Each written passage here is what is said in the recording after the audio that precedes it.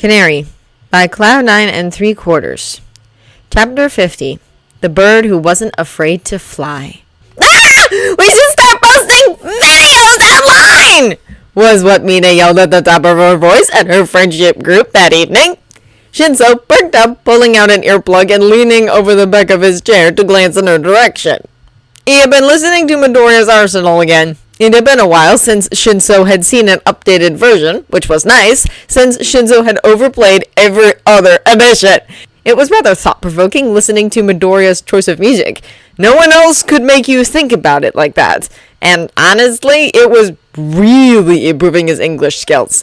Despite the numerous Japanese songs that he'd also included, Midoriya still preferred the English ones, probably because it gave him greater tact in battles, since not everyone could understand and therefore predict what power he would gain. But anyway, Mina was talking enthusiastically with people like Canary, Kirishima, Zero, and a rather disinterested Bakugo. It was not a good mix of people.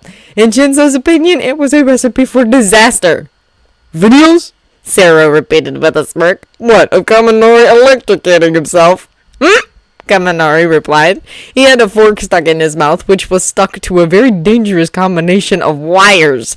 He'd broken his phone charger. This was his alternative. Rather than, asking someone else for one. Like a normal person. Shinso rolled his eyes. Sometimes he wondered what he got himself into when it came to the hero course. And Midoriya...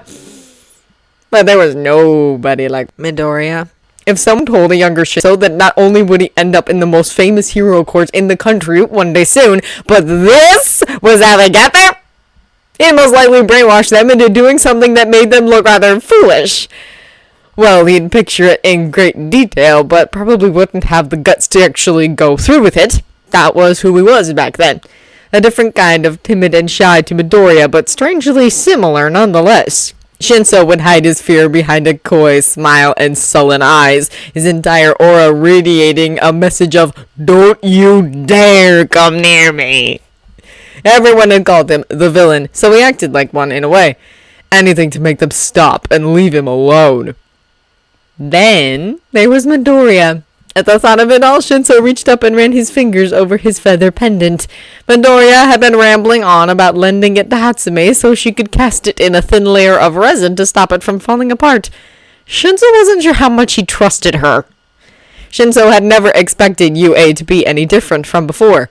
A school full of hero wannabes had to be worse, right?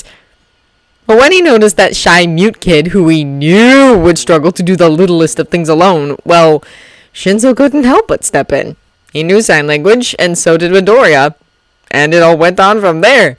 A path that was unpretentious at first, but took them both to the greatest heights and the worst lows. Now they were here, at the seemingly impossible place where they had always wanted to be. And it took far less murder and blackmail than expected. "And we could so totally rival the radio gang!" Mina was pointing at Shinso now. Shinso just blinked at her. He hadn't really been listening. What? Hagakure was swaying side to side next to Mina, humming the tune to "Video Killed the Radio Star." Shinso sighed as he turned back around to his phone, lying and waiting for him on the table. Whatever you do you, but you'll never be more popular than Midoriya. "This is true," croaked Tsuyu as she hopped past towards the bathrooms with armfuls of clothing. This was her only contribution to the conversation, and Shinso respected her for it. As soon as you get vaguely well known, people will start haggling with you to get screen time of Midoriya instead. You'd probably get more views on a Birdwatch episode of Siren than Canary shoving his nose up a power socket. Zero sighed with a knowing grin. "He's right though. Canary's probably going to be bigger than all of us one day, and he's hardly ever seen on film. That's just what it'll turn into." "I beg to differ!" Mina yelled in determination. "Come on, Canary! Let's think of a channel name before we have to go get ready for the culture festival!" "This can all end badly." Kirishima smiled nervously, watching the two of them hurry off excitedly. Bakugo, who hadn't been interested this entire time, just stood up, eyes focused on something on his phone, and walked away, pulling on his shoes and marching outside. No one decided to question it.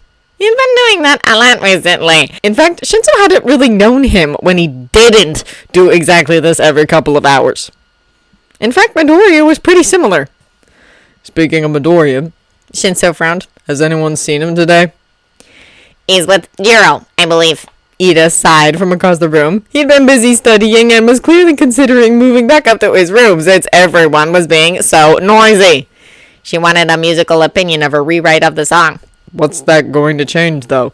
Shinso questioned, letting out a slight laugh. The performance is today. Jiro's nervous since she's doing most of the singing, Todoroki informed Shinso. He was sitting opposite him, reading a book, casually. Still. Shinso huffed. Okay, everyone. Yaoyorozu emerged from the bathrooms in a brilliant red and gold outfit, one that she designed herself, with some help from the other girls and the internet, of course. It's time for you all to get changed. Shinso felt a cold despair leak from his heart. Outfits! If there was one thing Shinso hated about heroes, it was them looking pretty for the cameras.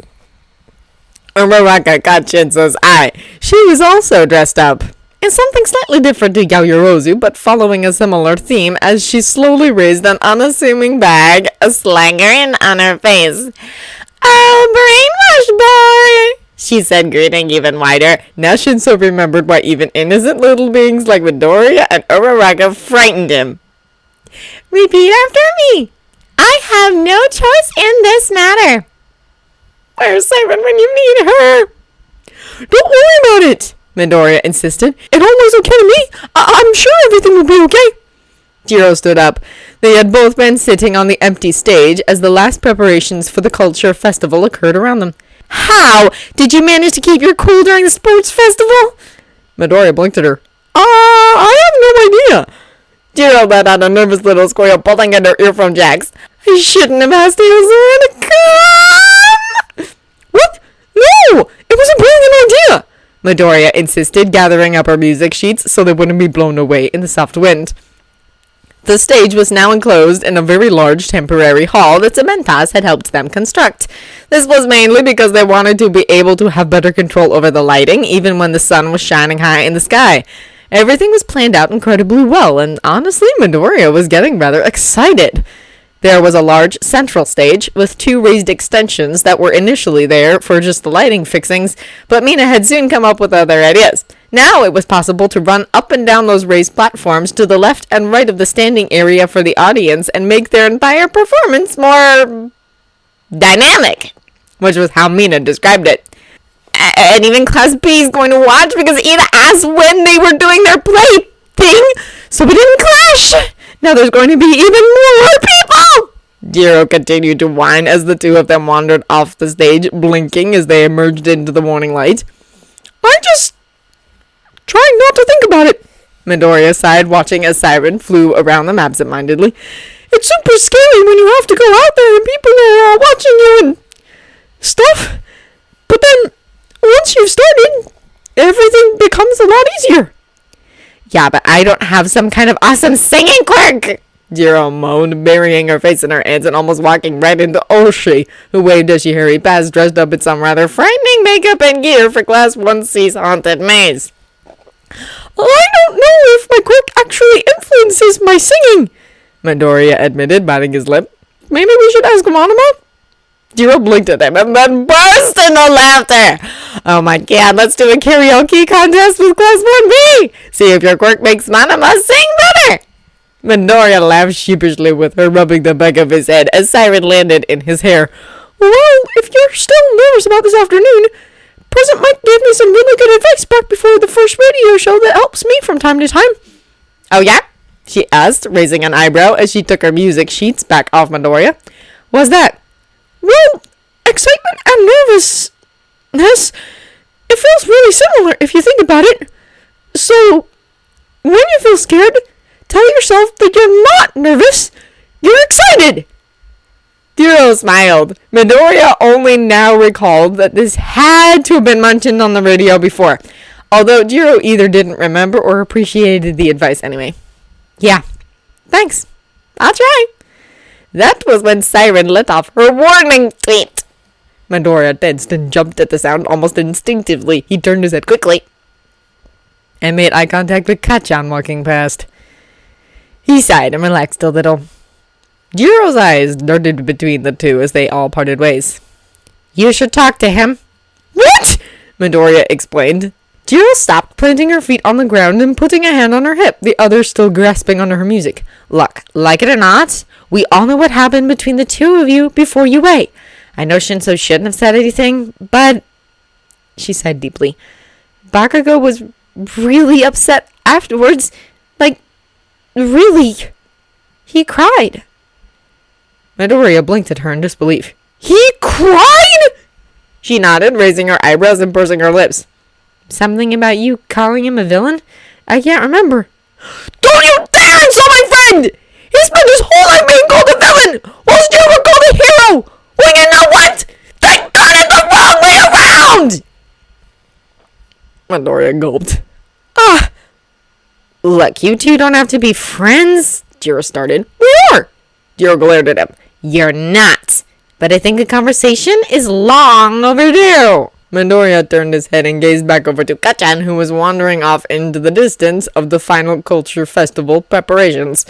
It was only a few minutes until it opened. At least have a go, Jiro suggested, grabbing Siren in her fist as the bird let out a squeak like a rubber toy. Come on, Siren, I have a feeling you'd only make things worse. She plopped her on her head and started to walk away. Good luck, she called back without turning around. Siren just tweeted, watching Midoriya as Jiro left him alone. Midoriya just stood there for a moment. Eventually, he mustered up the courage, balled his hands into fists, and marched after his old friend.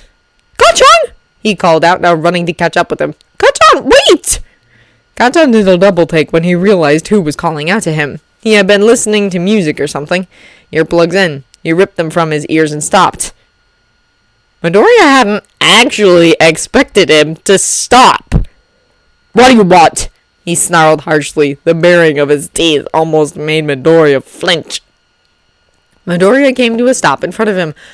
I just think we need to talk. He frowned. Why that? Because it's long overdue, he interrupted, clenching his eyes shut and bowing his head as he said so. Silence fell between the two for a moment. Midoriya opened an eye slowly. He met the red of Kachan's, who tilted his head oddly and turned away. Midoriya just watched him leave for a moment, before hurrying to catch up and walk beside him. They didn't talk for a moment, just walking side by side as the culture festival finally opened its doors to the guests who had clearance to enter the school.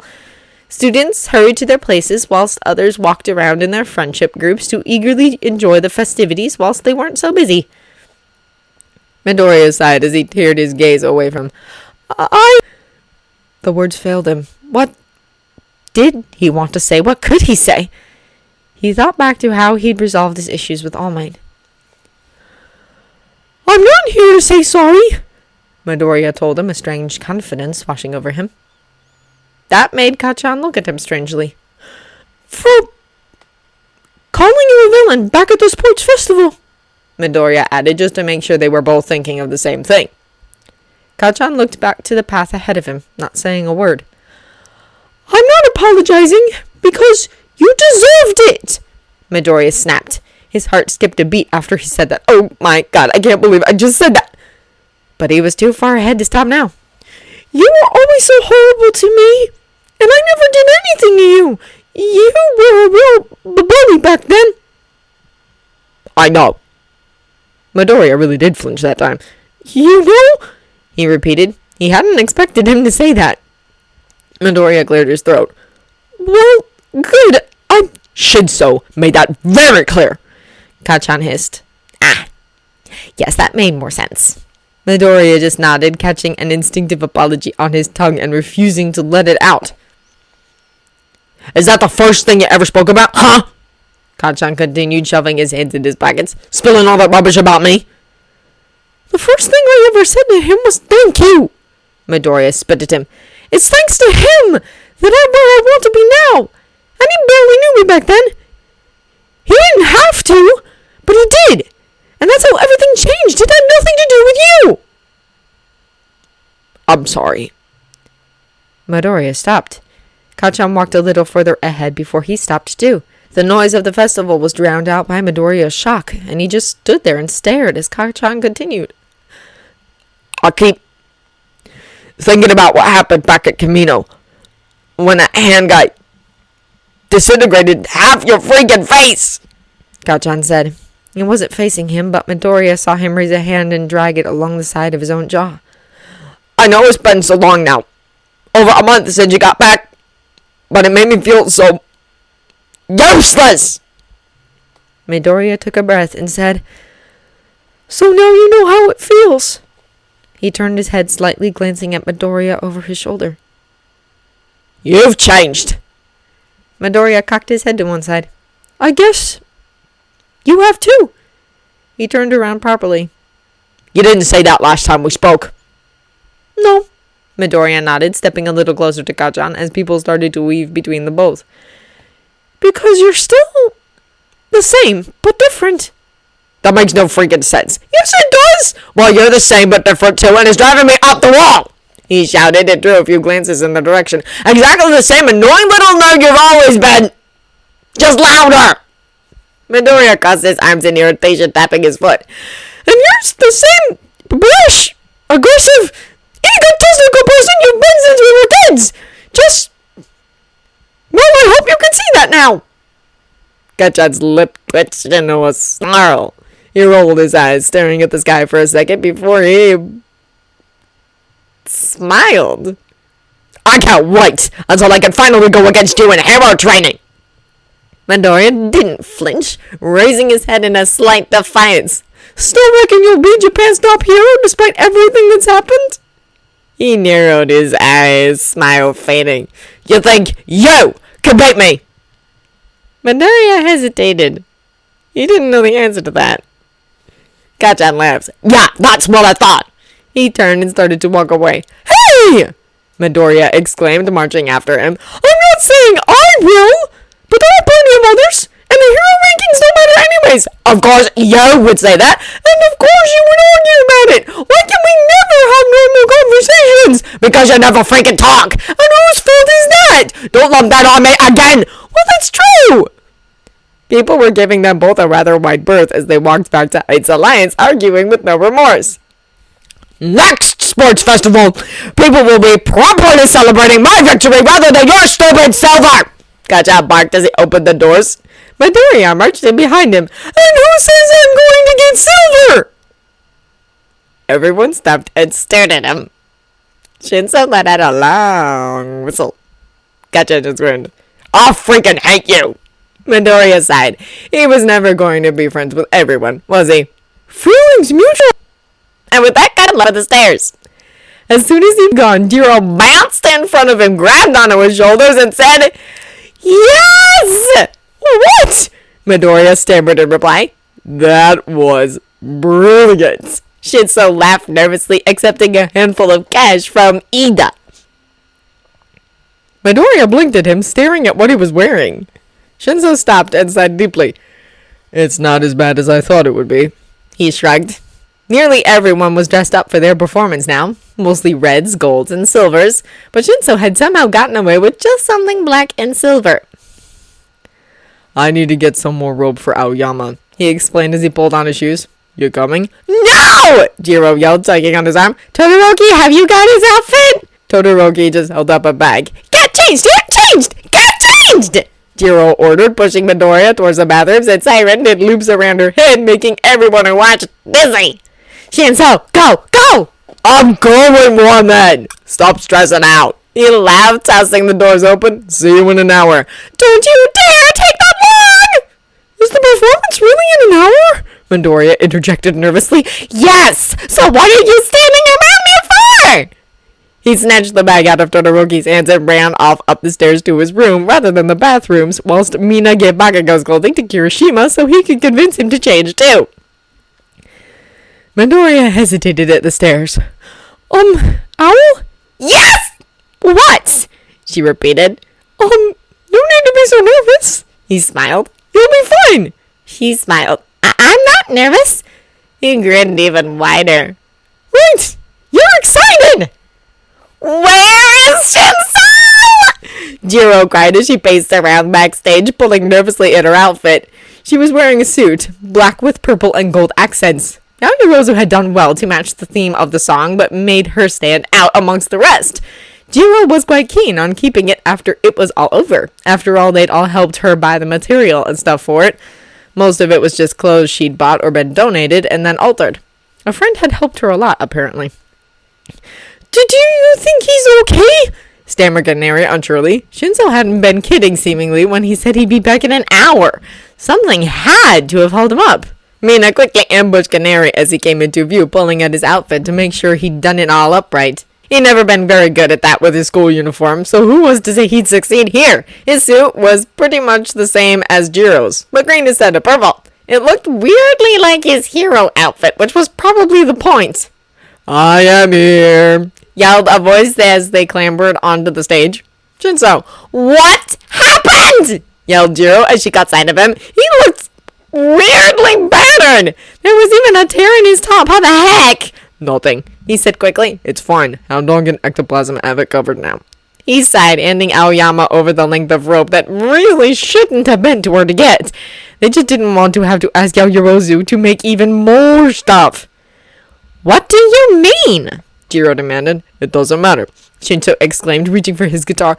I'm fine. It's all fine. Come on, if we leave this too late, we'll miss Class 1B's play. Stand, people! Mina exclaimed, clapping her hands. Positions! On the lights! Remember to leave them in the right places so you can join in on the dancing bit later! Are you really okay? Canary questioned wordlessly, hurrying over to him. I'm fine, Shinzo insisted. He looked a mess. But when did Shinzo ever not? Your radio friend is in the crowd. She says everything's set up and ready. That was Ida, who tapped Jiro on the shoulder to get her attention as he told her so. He must have been talking about Aozora. Jiro's heart was beating at 100 miles per hour. But then she caught a glimpse of Canary as he was ushered off into the background. He gave her a thumbs up. You're not scared. You're excited. You're not scared. You're excited. Jiro repeated over and over to herself under her breath. She grabbed the microphone that had been lying on the side and waiting for her. And as the lights dimmed and audience hushed, she took a deep, shaky breath as everyone hurried to take their positions, and she too crept out onto the stage. In absolute darkness, the song began. Whoa! Jiro's class distributed around the stage, and the landings raised to her left and right, starting to sing and stamp their feet. She couldn't imagine any of them being as frightened as she was. Whoa!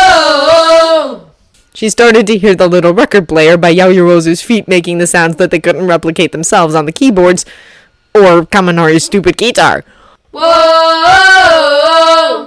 Jiro's fingers drummed quietly on the side of her microphone, her whole body tense and shaking as the whole stage seemed to tremble beneath the rhythmic stomps of her friends' feet and the clamps of their hands.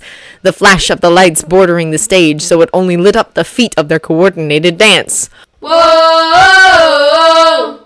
Bakugo started on the drums. Jiro let herself smile a little at the thought of Canary's face when he first saw him play. He had been so amazed when he saw the first run-through.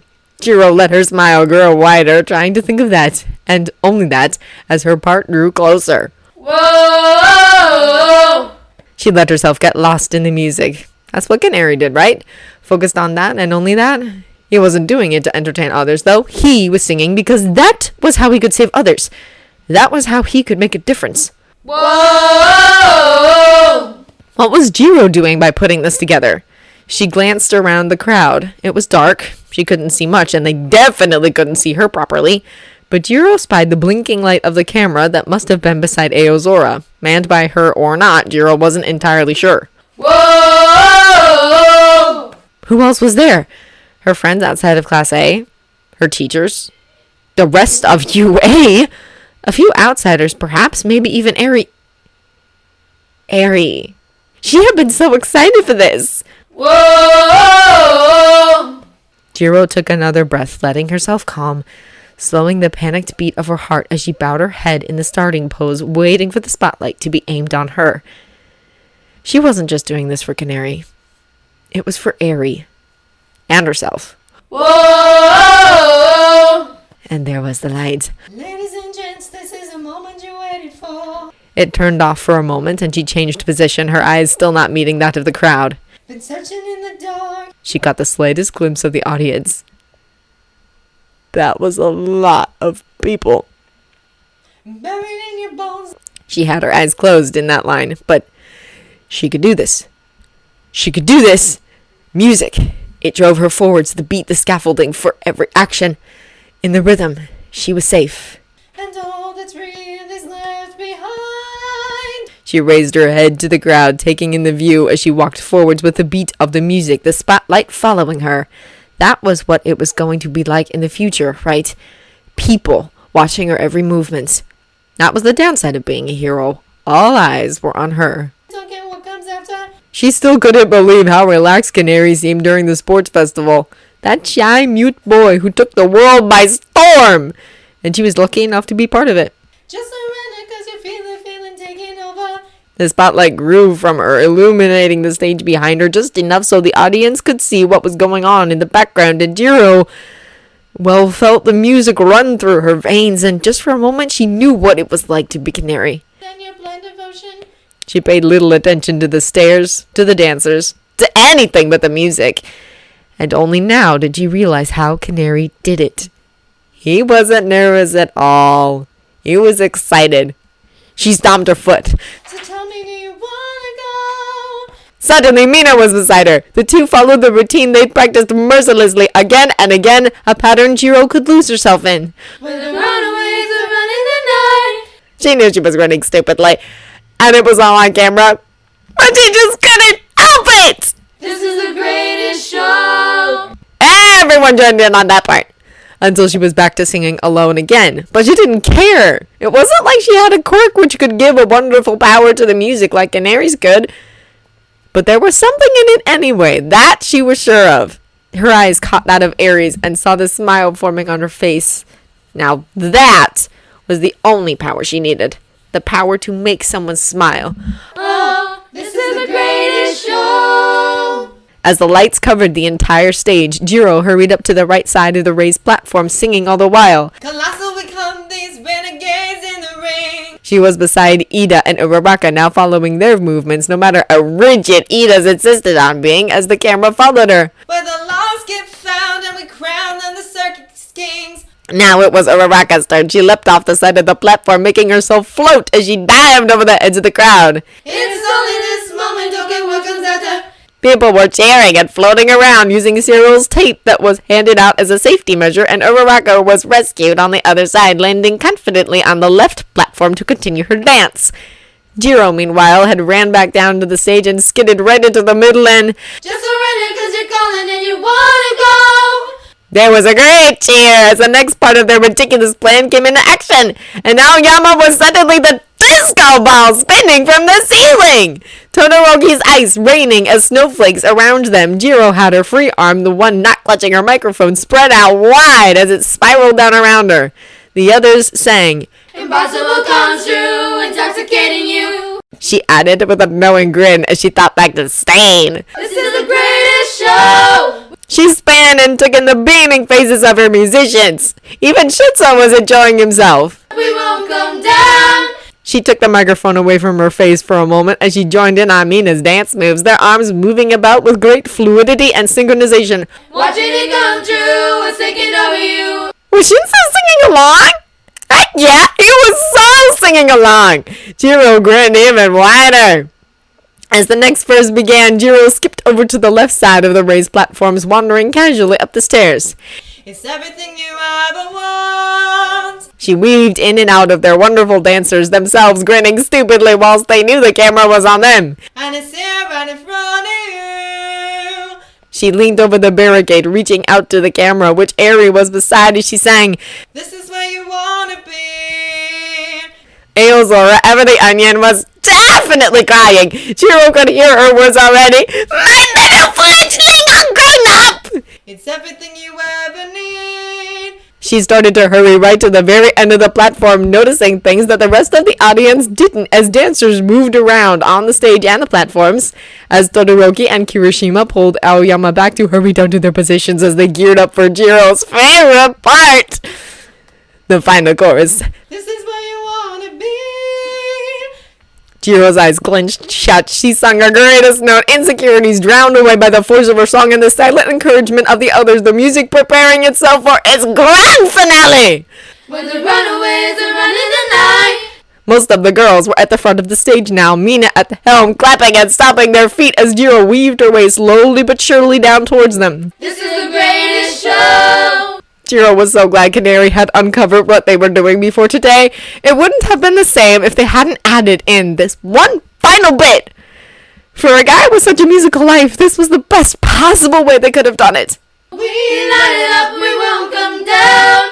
Jiro wasn't singing into her microphone as she hurried down the stairs, careful that the clanging of the metal against her shoes wouldn't be picked up. Did anyone else notice how they'd left a gap to the right near the stairs? Because the light focused in and... Oh, this is the greatest show! Canary skidded into view! The audience cheered louder than they ever had before! Jiro got the beaming smile upon Aries' face and she was pretty sure Present Mike was hugging Aozora and crying! When the runaways are running the night. Jiro and Canary met in the center of the stage, swapping places from left to right. Impossible comes true, we're taking over you. They sung together, beaming at each other from ear to ear. This is the greatest show. With the lights fixed in place, everyone was making their way down to the front of the stage. And the walls can't stop us now. Jiro wasn't sure if she'd ever seen Canary smile so wide, and truly, it made her smile brighter too. She saw him glance at Shinso as he sang along. His smile really was infectious. That was the smile of a real hero. Now at the front of the class, Jiro and Midoriya hurried to the edge of the stage.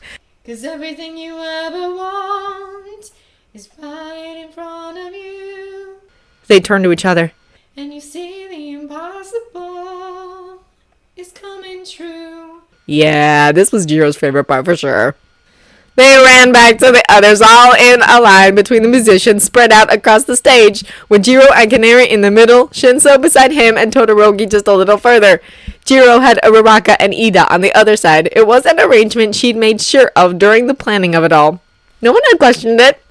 But there they were, all 6 of them. They'd all met in strange ways and faced an even stranger future together. Even tomorrow was unsure, and Jiro wouldn't have it any other way. She was pretty sure she wasn't alone in that thought. It didn't matter about their weird faults and insecurities, and Canary had always had more than enough to share around. They were together right now. All of them, and the rest of Class A too. Whatever villains, trials, and tribulations they would one day face, Jiro knew in that moment that everything would be okay. That's the power that music brought. That was the power of Canary. This is the greatest show. Listener, Jiro. So let me get this straight. You chose the name Canary because of some weird as heck idiom? Canary. It's not just an idiom. Canary's in a coal mine. Weren't you listening to anything I said? I thought it was cool. They were like the heroes of the miners. And that's why of all birds, I went with canaries. Present Mike. If he didn't choose canaries, he might have never gotten Siren as a definitely not pet. Canary. A talk bird. Listener, Jiro, obviously? Canary, obviously? Present Mike. Okay, well then, Jiro, you've asked your question. Listener, Jiro, seriously though, the English homework? Canary sighs deeply. Canary, just go up to my room. I made a note of my homework on the planner on my desk. A scraping of chairs can be heard from the listener's end. Canary, Siren's busy making a nest. Don't you dare mess it up. Listener, Jiro. Yeah, Raven's gonna go get it. Thank you. Canary, I am way too easily manipulated. Present Mike, how do you think you ended up on this radio show? Canary, I mean, Present Mike. Anyway, Jiro, ow, song. Listener, Jiro, oh, right, yeah, song. Canary, sing something. Canary, why do I always have to sing something? Listener, Jiro, because it shuts you up. Now get your butt up that chair and... Canary, I know. I guess I'm singing something. Again. Present Mike. Yeah! Siren joins in. Canary, I'm going to the soundproof room to escape from this madness. Present Mike. Siren, you and I make a brilliant team. And he's got Canary's left the room. And in this small moment of limbo, I urge you all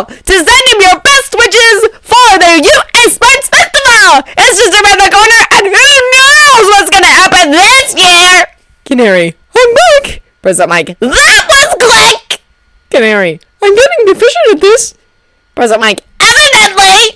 But before we do that, let me say goodbye, little listeners! This will be the last song of the evening, so we'll see you next Tuesday for our fandom radio show before Canary's second year UA Sports Festival! Good luck to all UA students, but especially Canary!